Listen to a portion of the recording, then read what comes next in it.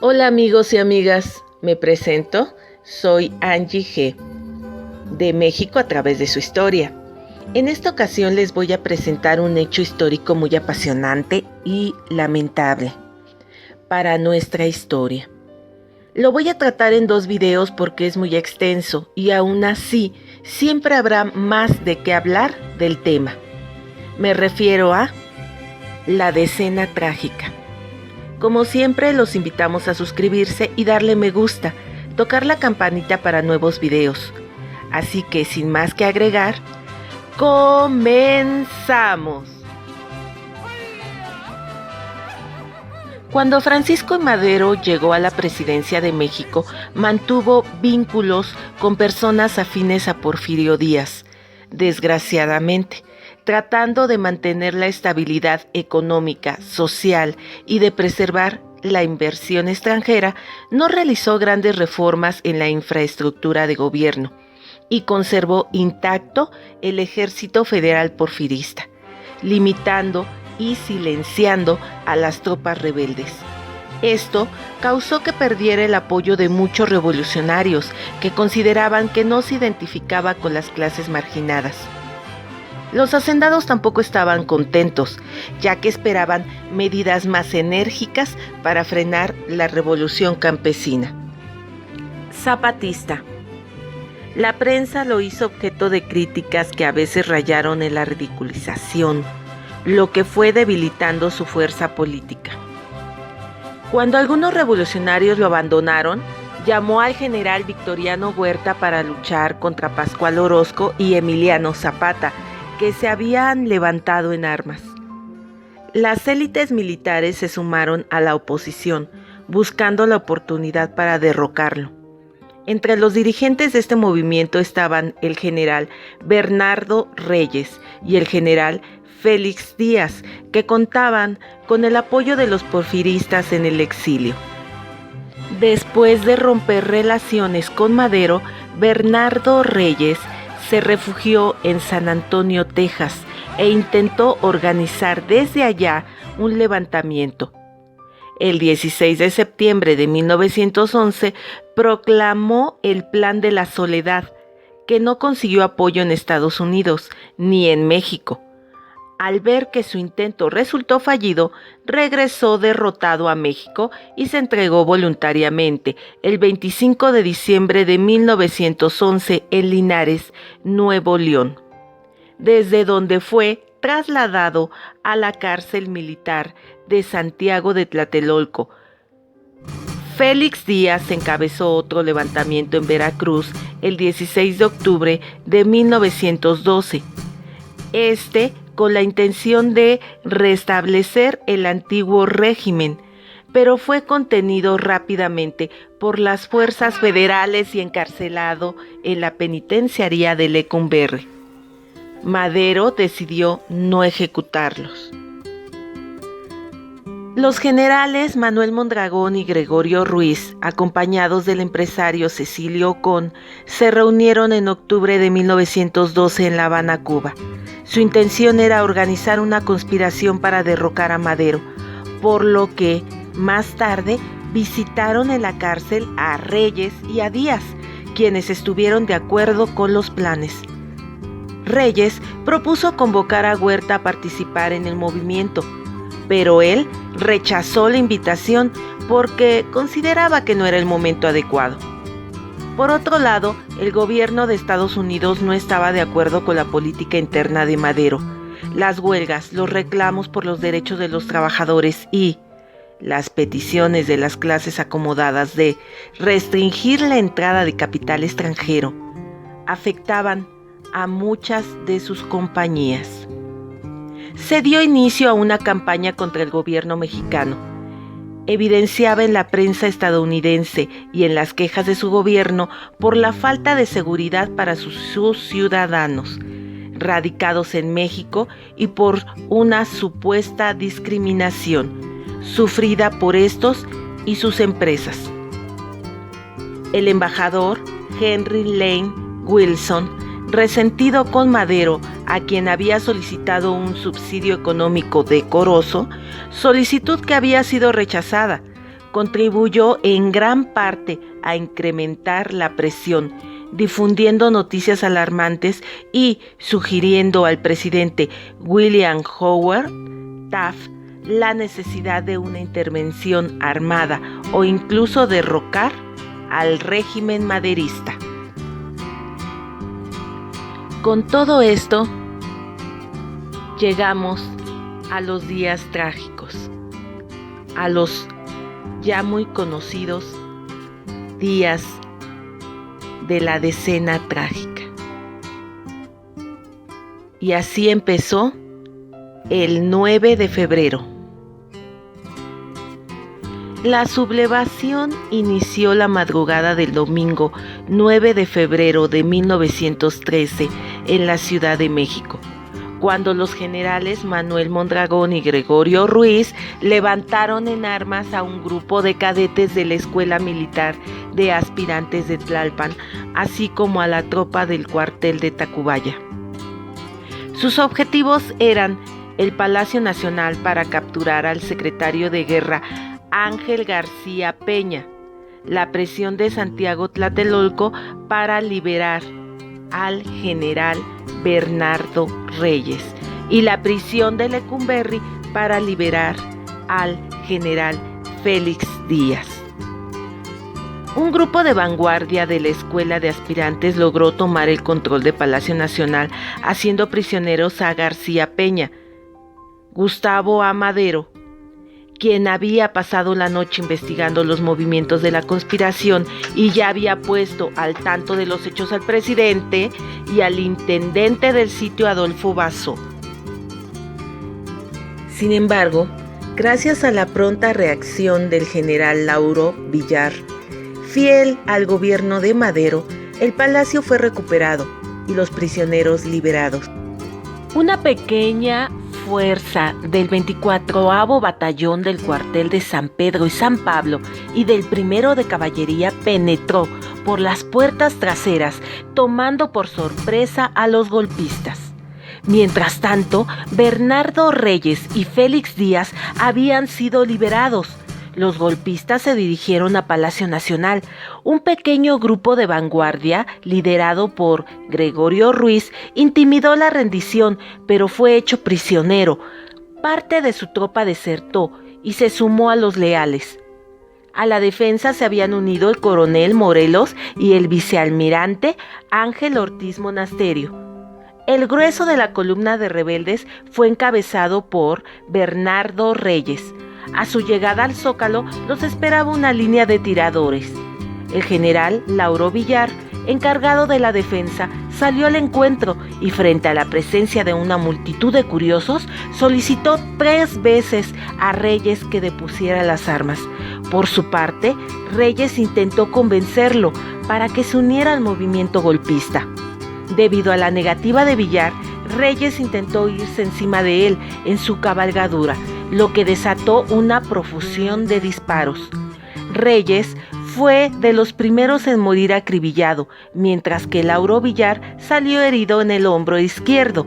Los leales tuvieron 43 bajas y los rebeldes aproximadamente 115.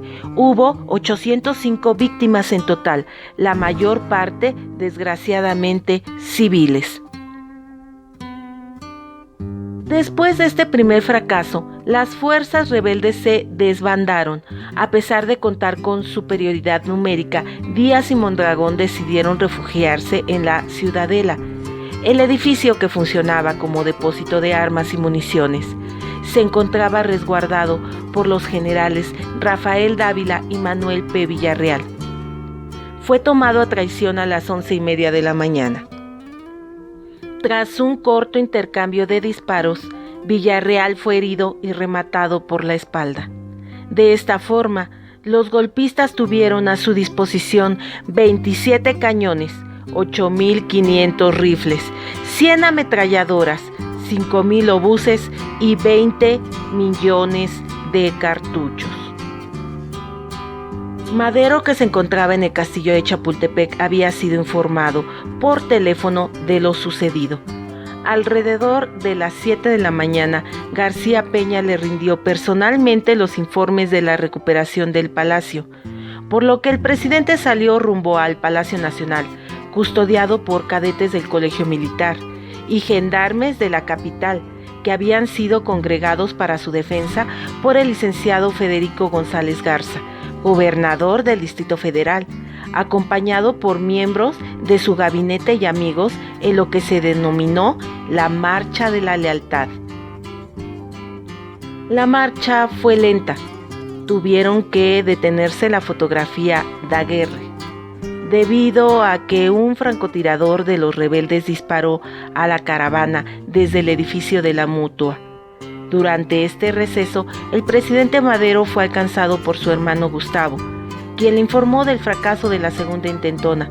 Asimismo, el general Victoriano Huerta, que había sido avisado de los acontecimientos, llegó al lugar.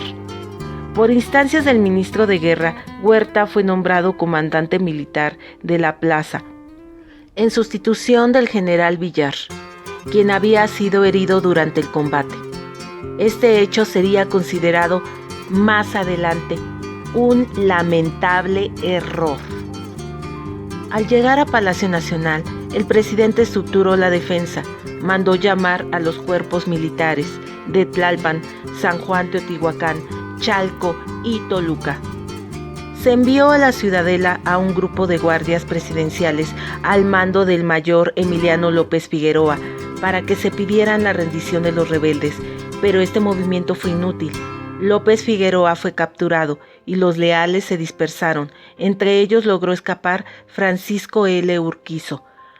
A las 3 de la tarde, Madero decidió trasladarse a Cuernavaca para pedir personalmente ayuda al general Felipe Ángeles, militar de su confianza, que se encontraba combatiendo con sus tropas a Emiliano Zapata. Madero pasó la noche en el Hotel Bellavista. En la capital, Huerta ordenó el fusilamiento del general Gregorio Ruiz, muy probablemente para silenciarlo, pues éste sabía de las conversaciones previas que Huerta había mantenido con los rebeldes. La ciudadela se mantuvo en calma. Los rebeldes ganaron la simpatía de la clase alta. Señoras y señoritas de reconocidas familias repartieron cigarros y golosinas a los sublevados. Día 10. El día 10 de febrero, en la mañana, Madero y Ángeles llegaron a la capital por el rumbo de Xochimilco y Tepepan. Fueron recibidos por el ministro de Guerra Ángel García Peña.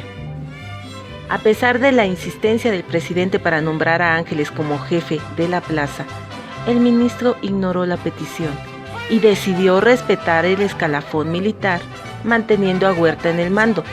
El número de leales aumentó. Las tropas de Cuernavaca llegaron por la tarde a la capital, asimismo 4 regimientos de Celaya y Teotihuacán y las tropas de Querétaro, al mando de Guillermo Rubio Navarrete. En total se contaba con 6,000 hombres. Desde Toluca llegó un telegrama muy urgente. Cuartel General de Toluca, 10 de febrero de 1913. Es sabido que en México se dice que he defeccionado. Protesto enérgicamente contra esa falsa versión y ruego a usted que mi protesta se haga pública. Respetuosamente, Aureliano Blanquet. El presidente Madero le envió respuesta de inmediato. Nunca he puesto en duda su lealtad. Hoy mando a hacer rectificaciones. En eso, un consejo militar, presidido por Huerta, se llevó a cabo para estructurar un plan de ataque que consistiría en un ataque frontal a la ciudadela, conformado por 4 columnas que, dirigidas por Ángeles Gustavo Mas, Eduardo Caos y José María Delgado, siendo respaldadas por la artillería de Rubio Navarrete. Mientras las fuerzas leales se reagruparon, las fuerzas rebeldes tuvieron tiempo para reorganizarse y tomar posiciones en torno a la ciudadela. A las 10:30 de la mañana del 11 de febrero comenzaron las acciones bélicas. Huerta ordenó el ataque de artillería, pero solo le proporcionó a Ángeles obuses de metralla, que no hacían ningún daño a la ciudadela, y a Rubio Navarrete no le dejó en claro sus objetivos. Siguiendo el plan acordado, los 4 columnas de leales realizaron un avance frontal, siendo blanco directo de los rebeldes. De acuerdo con Urquizo, quien fue testigo de los acontecimientos, dijo: «Solo siendo muy animal se podía creer que pudieran tomar una fortaleza, montados a caballo y caminando por un lugar barrido por las ametralladoras. Las calles quedaron llenas de cadáveres de hombres y caballos. Ese día hubo más de 500 muertos y heridos». El reloj chino, ubicado en la glorieta de Bucareli y Atenas, que había sido obsequio por el mismo gobierno chino con motivo de las celebraciones del centenario de la independencia de México, fue completamente destrozado. Durante el transcurso del día, Huerta se entrevistó en secreto con Díaz, acordando entre ambos simular que los sublevados de la ciudadela estaban cercados y planear el derrocamiento de Madero, tratando de causar el menor número de bajas entre sus seguidores. Algunos autores señalan que la entrevista se llevó a cabo en la colonia Roma, en la casa de Enrique Cepeda, quien era compadre y antiguo compañero de Huerta, aunque algunos otros señalan que fue en el restaurante El Globo. Mientras tanto, se permitió el paso de alimentos y suministros a los sitiados. Cuando Madero recibió las noticias del fracaso, le reclamó a Huerta no solamente los resultados, sino el haber permitido el paso de víveres a la ciudadela. En primera instancia, Huerta negó la acusación, pero una vez que fue confrontado con los testigos que lo habían reportado, arguyó que se trataba de una estrategia para concentrar a los rebeldes y de esta forma rematarlos. A pesar de las sospechas de todos los maderistas, el presidente decidió confirmar a Huerta en el mando. Los disparos disminuyeron por la noche. El fuego de artillería comenzó a las 6 de la mañana. Los golpistas dirigieron sus disparos a la cárcel de Belén, provocando un motín y un intento de fuga masiva. Varios de los prófugos se unieron al alzamiento. La táctica de la tropa golpista consistió en disparar gran parte de las granadas almacenadas, al parecer con la finalidad de producir un efecto propagandístico para atraer la atención y posible intervención estadounidense. Huerta dirigía a las tropas que eran fieles al presidente por zonas previamente establecidas con Díaz, mandándolos al suicidio. Al mismo tiempo protegió a sus incondicionales.